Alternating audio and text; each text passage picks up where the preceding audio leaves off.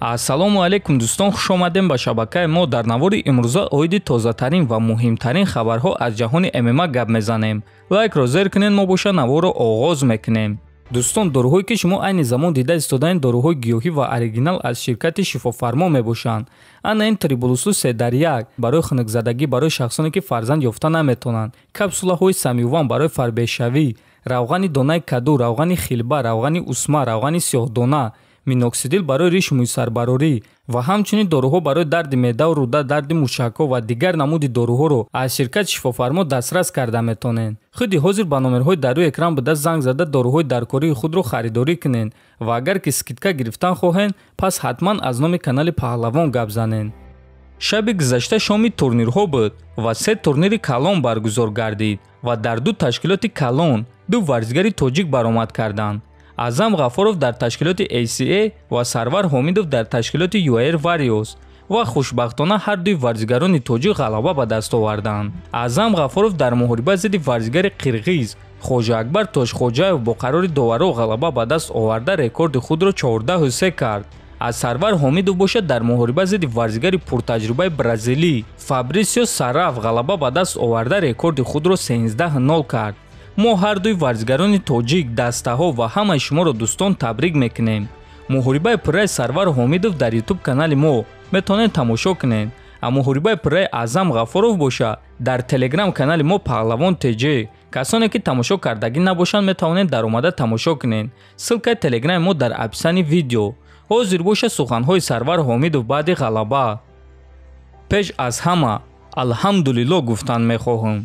ҳазор раҳмат ба даста ва ба бародарони ман ки ба ман имконият доданд ки боз як маротибаи дигар худро дар UAR Warriors нишон диҳам.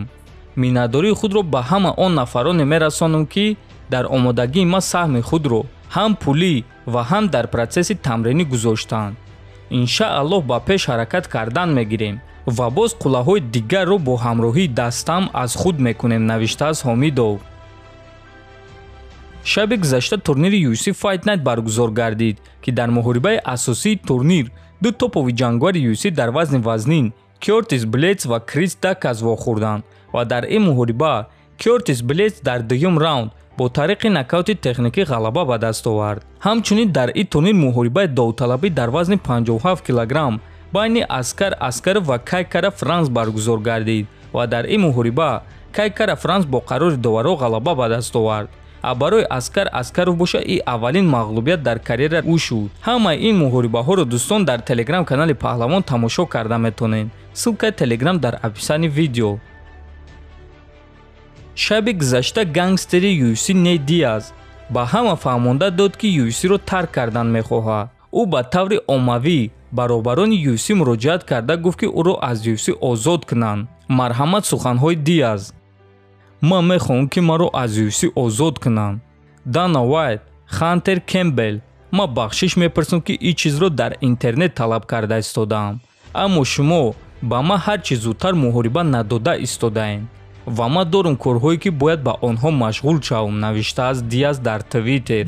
хотиррасон мекунем ки Нейт Диаз охирон маротиба моҳи июни соли 2021 баромад карда буд ва дар муҳориба зидди Леон Эдвардс бо қарори доваро мағлуб шуда буд.